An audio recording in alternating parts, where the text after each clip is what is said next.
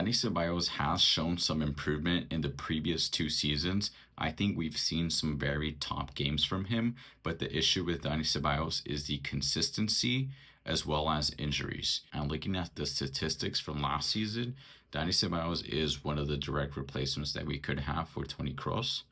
As you can see here, we're taking a look at his carrying ability. It's absolutely top level. He's in a very high percentile. I did make a previous video. A lot of you guys mentioned the name in Pedri. Now, just for reference, we're pulling up the statistics between Dani Ceballos and Pedri, and you can see, according to the statistics last season, it's not very different. Now, statistics obviously don't tell the full story, but they give you a general insight into what type of player it is and how they can perform at the top level. Now, at the very top level, I think Dani Ceballos is a very solid player. That's actually very impressive when we look at the statistics, is the dual percentage that Dani Ceballos has, along with the defensive actions, is actually pretty solid for a center mid whose focus is playmaking.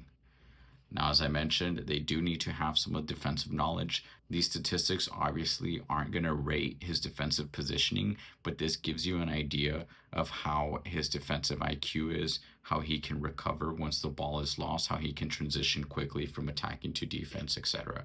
This is very similar to Pedri's statistics. Of course, when you're playing that deep center mid role, your forward pass percentage should be at the very top. You're consistently passing forward. You can obviously open up the pitch, play it wide. Theoretically, most of your passes will be pushed forward.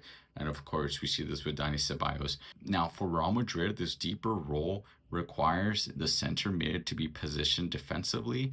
We have the creative output to attack. We really need that Toni Kroos style player to push into the box and constantly attack. I mean, we constantly saw Toni Kroos filling in that defensive area on the left-hand side.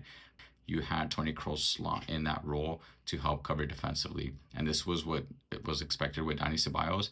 And this results in a low number of key passes, which is something that Pedri absolutely excels in. But that's because Pedri is also asked to transition and play higher up the pitch, especially with Barcelona's high pressure system.